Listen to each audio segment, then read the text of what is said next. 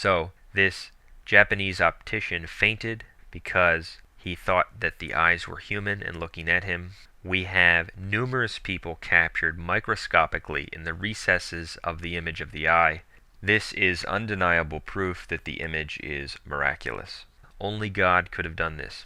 Moreover, ophthalmologists have testified that even though they are opaque, both eyes in the image show depth and become filled with light when the ophthalmoscope's light is trained into them.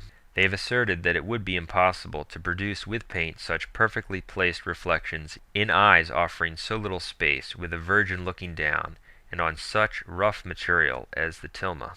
End quote. That's from the same source just quoted. The scientific findings about the eyes of the image leave no doubt that the image is of divine origin, and it was created by God to leave the world with a priceless gift, a picture of that encounter of the Mother of God with Juan Diego. The next miraculous aspect that I want to discuss concerns the face of Our Lady. It's remarkable that at one distance Our Lady appears to be a Native American, but at another distance she appears to be of lighter skin and in fact of European descent. This miraculous feature is meant to show the unity of the two people, who were then coming together as one in the true faith of Christ, in the new nation that had just uprooted the diabolical Aztec culture. In fact, Dr. Philip Callahan explains that the image achieves this effect of appearing to be different colors at different distances only by a miraculous feature that we see in nature.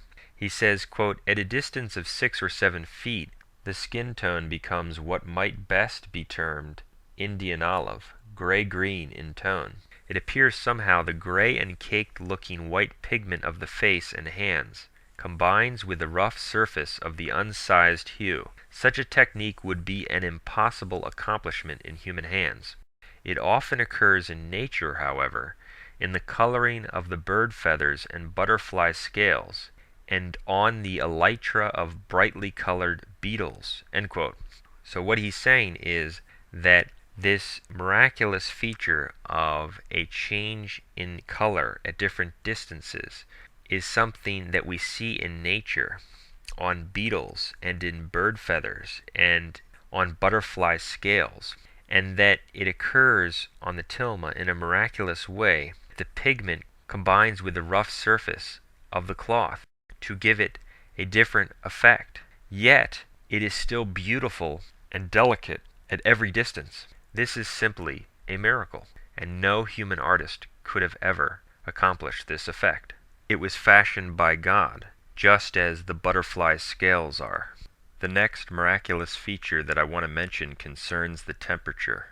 It's remarkable that no matter what the surrounding temperature is, the image itself remains at an even 36.5 degrees Celsius, or 98.6 degrees Fahrenheit, the normal human body temperature.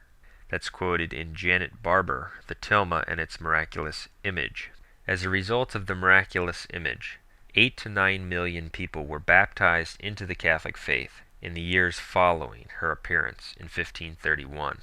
It's also worth mentioning that Martin Luther, who by his rebellion against the Catholic Church and his creation of a new kind of false Christianity, spawned countless sects which tore 5 million people from the Catholic Church. He was born in 1483. Hernan Cortez was born 2 years later in 1485. Hernan Cortez was the man who overthrew the Aztec Empire, making the miraculous conversion of the millions, which was facilitated by the image of Guadalupe, possible. The most significant events in Luther's life were occurring at about the exact same time that Hernan Cortez was accomplishing the overthrow of the Aztec Empire. It's almost as if at the very moment that millions in Europe were being torn from the true church, God was arranging it so that twice as many in the New World were being brought into it. The image of Guadalupe is one of the most prodigious miracles in human history. Perhaps God gave it to Mexico because the Aztec Empire was arguably the most wicked culture in human history. He wanted to counteract that level of evil with something of even greater good. The image testifies to the truth of the Catholic faith, because in her message Our Lady directed people to the bishop of the Catholic Church at the time and the traditional Catholic faith. Let those who seek the truth, and those who love the truth, and those who love the Christ embrace this message and the one true faith of Jesus Christ, the Catholic faith.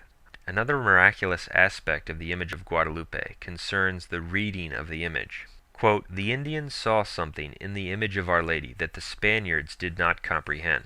In that period the Indians did their writing in hieroglyphics, so to them the image was a hieroglyphic letter. The fact that the natives read the image is most important in understanding the purpose of Our Lady's apparitions. To the Indians, the image depicted a beautiful lady standing in front of the sun, a sign to them that she was greater than the sun god Huitzilopochtli, whom they worshipped. The crescent, or the moon, beneath her feet showed that their moon god, Tezcatlipoca, was less than nothing since she was standing on it.